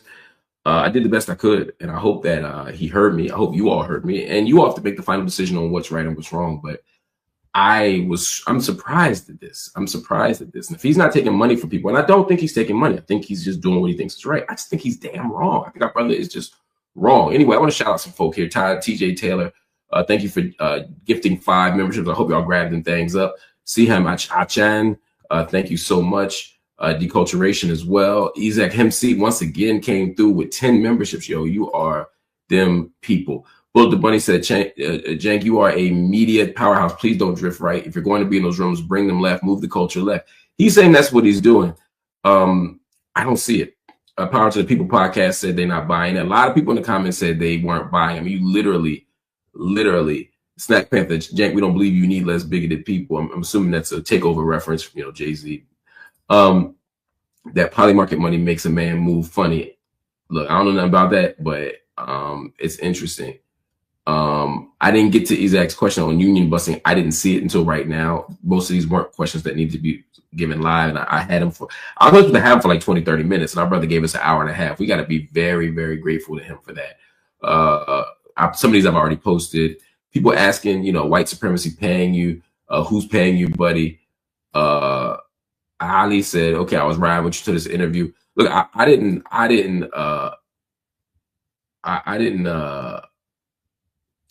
do this to dissuade people from rocking with him. I did this to have an honest conversation. That purple juice is my energy drink. I just decided to stop drinking out of these cans because Jazz, until these sponsors come through and actually pay me to drink an energy drink, I'll still drink them, but I'm not giving y'all free advertising. They make enough money.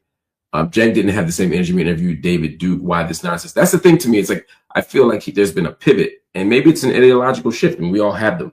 But I just don't understand this one. Squidward Sagan said, really impressing host call off analysis thing. That's what we do here.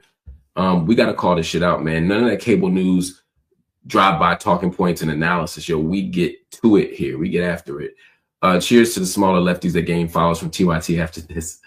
Cenk will sync with the Anna. Let's be friends with the fascists. Yeah, I just don't see it. Please talk to Hassanabi about his uncle. Hassanabi gonna come back on here. That's my brother. I'm gonna text him, tell him to come on. We're gonna talk about that too. I'm curious to know what Hassanabi thinks about this. I mean, he has his own mind and stands on his own too. I'd be curious to see what he says. Simply Shawnee, thank you for your comment as well. Rolando, my brother, my peoples, thank you for generously donating those 5 memberships. Hassan's the real leftist of the family. I don't know about all that, y'all. Mr. Coconuts, thank you. Kenley George, thank you for gifting 5 memberships. Not that y'all call TYT the young Trumpers. Y'all are wilding out here. The right said I'm right now. I agree with the right. But Cenk is not debating them. He is bowing to them and not calling out anything and doing what he just did. The right is so much nicer, and we're all populist. No, they are in a cult. Sam Jeppy, you hit the nail on the mofo head. I got to look at this Polymarket Studio thing. I've seen a couple comments from that. I don't understand. Sam said something that I said in the conversation. Cenk misrepresenting his appearance. He did not push back on corruption in mainstream media, Fox, Trump, fake populists, nothing. He cowered there. I didn't see much pushback, and that's what I said to him. So Andre Aki said the same thing about Polymarket. I don't know anything about that. I don't, but I'm gonna do my homework because it sounds like something I need to know about. Respectfully, does Cenk believe that we irresponsibly call conservatives racist when conservative values and policies are fundamentally and systemically racist? That's why I was asking about this opposite sides of the same coin thing. Like, oh, well, they think that about them and we think that about us, or they think that about us, we think that about them. That ain't the point. They're not opposite sides of the same coin. Let's stop pretending that it is. Mark, you have shared the stage with plenty of people on the right with that. My issue is not sharing the stage. I have shared the stage in person. I have shared the stage on TV. I have shared the stage on these platforms. I'm not saying don't walk in the room. I've said that repeatedly tonight. Go in the room. Talk in the room. Be in the room. Engage the room. Do your thing in the room. But being in the room isn't enough. What do you say when you're in the room? I was at Fox News.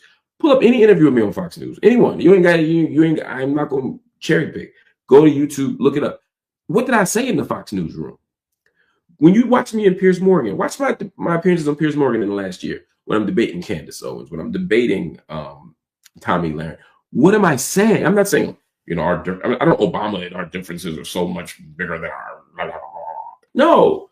We out here getting busy, debating. We get into it. I get to it. Cenk is dancing around it, and I get why. If he doesn't bend the knee, he wouldn't be in the room. That's what a lot of people here are saying. I'm sure he doesn't see it as bending the knee, but that's what it feels like. Young Turks, keep up the great work. You are in the minority here, but this is my house, so I get it.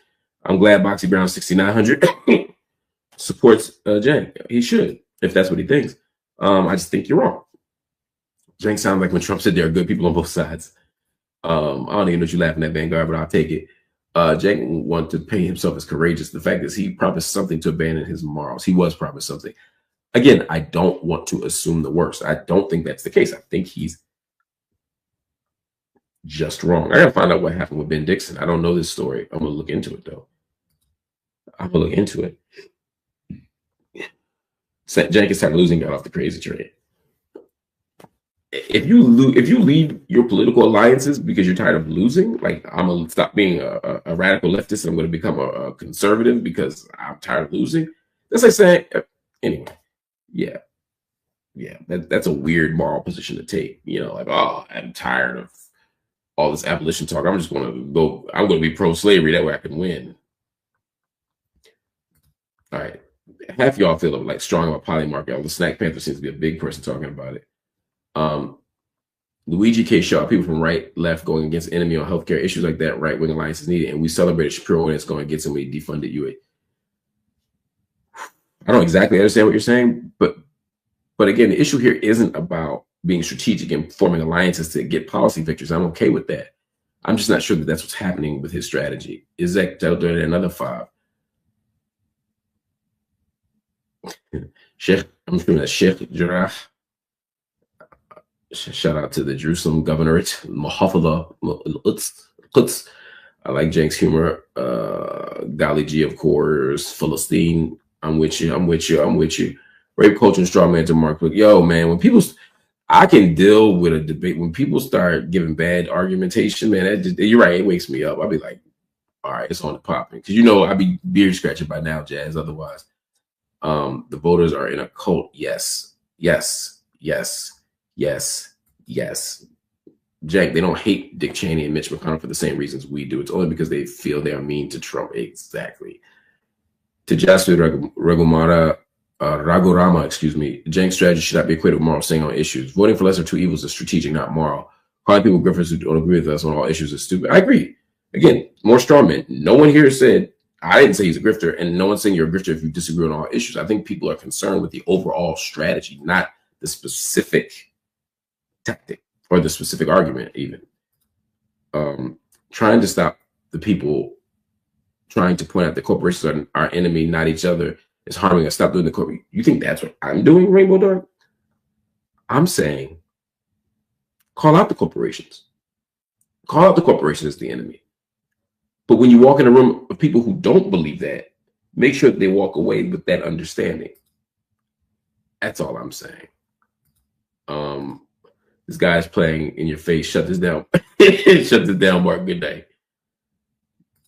Y'all, Cenk thinks he can sway white supremacists. Thank you, Mark, for calling Cenk out on this. Who cares if it is unhelpful? It is a fact. He is pandering to them for buy-in, so he doesn't immediately mention Fox News. Just like he doesn't say he is Muslim until he has an in. It feels icky. It does feel icky, Jihan Ali. And also, I'm not sure why he believes that half hour in the conversation where they love him and they're charmed by him. And then he says, hey, I'm Muslim, by the way. Maybe all Muslims are bad. The thought here is that somehow after doing that, they'll then recalibrate their position on Muslims. I think what they tend to do is recalibrate their position on him. Like, you know what? I thought he was good till I found out he was one of the Muslims. He was hiding the whole time, right? That's what happens. You know, it's like the story of Phyllis Wheatley. You know, it's like, oh, black people can't read or write. So she writes a book. They say, oh, they didn't say, oh, well, it turns out black people can read or write. They came up with another excuse. Read Notes on Virginia, Thomas Jefferson. You'll see what I'm talking about. Eiley said, Cenk is trying to piss in your pocket and tell you it's raining. Keep that boot on his neck, Mark. There's a visual for you. Thank you, brother. Shukran. I agree. Repeatedly screaming white supremacists isn't helpful, but you don't have to stop at name calling. It's good to say why, after, or before. Again, right. That's all. That's the whole point. With that logic, you shouldn't call it murder. Yo, dead ass. Honestly, I've been so that Cenk even came on because he's ducking all the leftist channels. Tells me he thought he could win this conversation. Is that what happened? Am I seen as like light work? Am I soft touching in the left wing debate circles? People thought they could duck the smoke on all the other channels and come here and get an easy win. I don't think that. I hope that's not what he thought. But if so, that didn't go the way he wanted it to. Cenk is looking for money, sell out. What he just said is disgusting. I hope all the good TYT contributors quit. I'm not going to call him a sellout. Again, I'm going to assume the best of intentions from him and just say, I think the brother's wrong.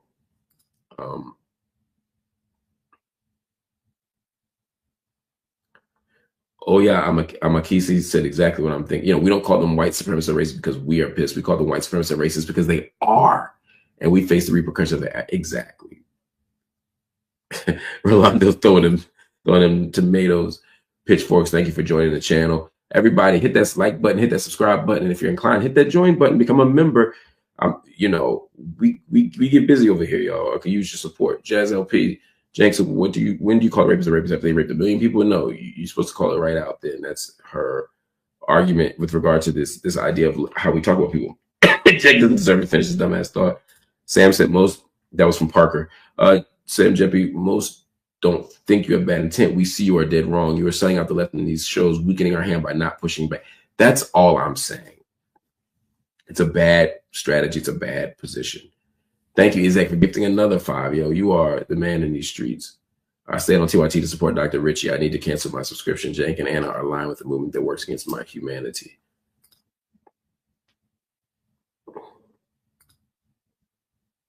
I think I read these already. So I think that was pretty much everything. I wanted to make sure that people got their stuff read.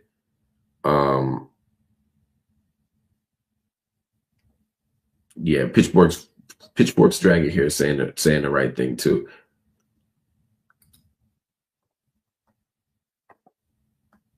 We already saw the first Trump administration win. Why does Jank think it'll go any different now? I don't think he's saying it'll go different. I think he's saying that it's going to go exactly the way he thinks he thought it was going to go, and it's awful, and he's trying to redirect it. Not that the inclinations for it to go any different. Ashley said, Jank was my introduction to independent media and the progressive movement. I really hope he has good intentions. His shift lately has been disappointment. Thank you, Mark, for having these discussions.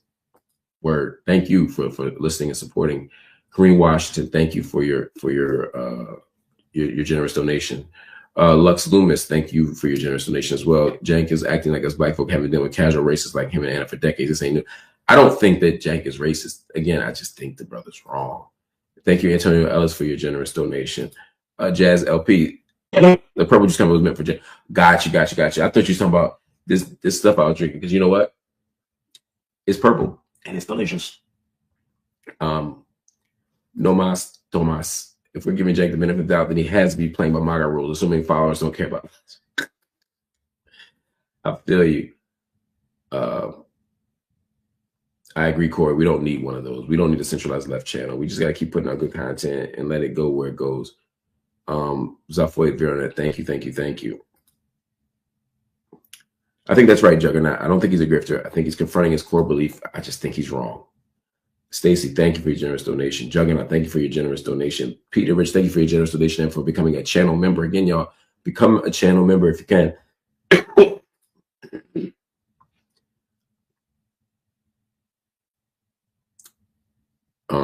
The unhinged sweetheart, what do you say to people who say those who voted for Kamala already understand how Trump voters can look past horrible things? I think, given her stance of power, I think that's exactly right. I think they're right.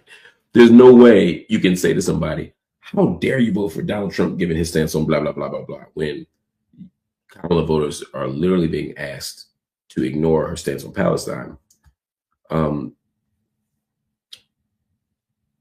vote for her. Again, you know, you and I've had that debate. I struggle with this issue the entire election cycle. I'm not saying, I think that's a bad argument, right? I don't think you can. I don't think a Kamala supporter can say, "How dare you?" Right? I think what you have to say is, "Look, we're both looking past bad shit. We both are dealing with war criminals here. We're both dealing with blah blah blah blah blah. But this agenda is significantly better than this agenda. This one will change your life in ways that are better than this person who will change your life." That's the best argument they can make. Again, I ultimately voted green, but I certainly struggle with it, and not because I support genocide or war or neoliberalism or any of that, but because I was trying to figure out what's the outcome that would create the best. What's the choice that will create the best outcome? And that's a struggle. It's a constant struggle. Just supporting the channel. Keep up the great work. Thank you, Guy Lee. They go on these platforms to mainly crap on the left and pander to the right. Lee Royster, thank you. That was from Marlon Burma. Thank you. Lee Royster, thank you for gifting 20 memberships. Oh my God, y'all are so generous. Ezek with another 5. Yo, you channel MVP. Just maybe. Oh, thank you. Just the legend. Just the legendary. I was like, I know that name. I was like, yes. And I agree with you. I don't think Jank is disingenuous at all. I think he just has more faith and optimism in the goodness of these people than I do. I just don't believe that our open enemies can be anything other than that. Juggernaut Magnum Cenk is sincere, and this is a valuable, important moment for progressives. And then I'm Pooh, not Shiesty. Thank you for joining the channel and becoming a member. Joy M said, assuming Cenk turns out to be right, is only setting up the right to take credit for years of grassroots leftist work, giving them long-term leverage. Well, look, if he's correct, I don't care who get the credit, as long as the outcome is the same. The point is, he ain't correct. That ain't what's gonna happen. It's not. Anyway, family, I'm gonna leave y'all alone. But thank y'all for watching. This is what we do over here at Night School, man. We get to it. Keep watching, y'all. Keep supporting the channel. Hit the like button. There's a lot. This is one of our biggest live episodes in weeks. Please make sure you hit the like button. Let the YouTube algorithms know that mainstream independent media works. That corporate media ain't the only game in town. Hit that like button. Hit the subscribe button right now, y'all. If you hit the subscribe button, it increases our social media footprint, which allows us to get our content out in more spaces.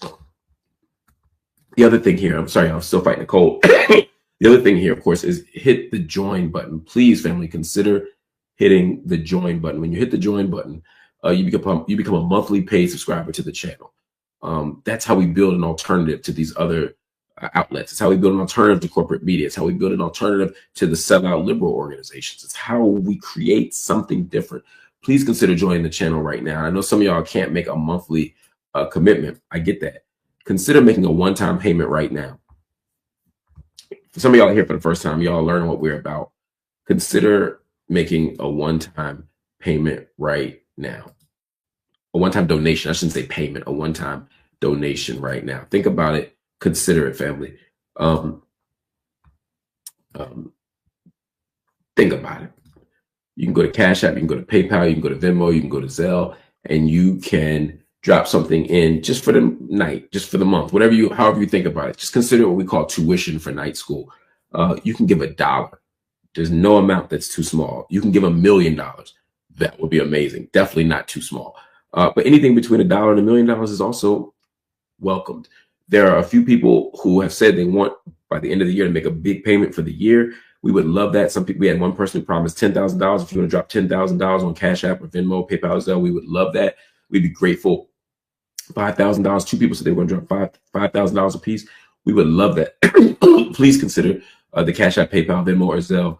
Dropping that there, it would go a long way toward helping us build what we're trying to do here. But we're not asking everybody to do that. The ideal thing tonight, to be honest, is if everybody watching right now could donate $10. If everybody watching right now could give $10, we would be able to meet our financial goals for the month. If every single person did that, we'd be able to have night school, which you saw tonight. We'd be able to have office hours, coffee and books, the Classroom in the Cell podcast with political prisoner Mumia Abu Jamal. We could do all of it if everybody watching right now could give $10. Again, if you can give more, we'd be grateful. If you could give less, we'd be just as grateful. But on average, if everybody here could drop $10, it would go a long way. I want to thank you all for watching tonight. I appreciate y'all. I love y'all. Y'all like Thursday night debates? This is what we're doing from now on. Thursday nights, every chance we get, we're going to have a live debate.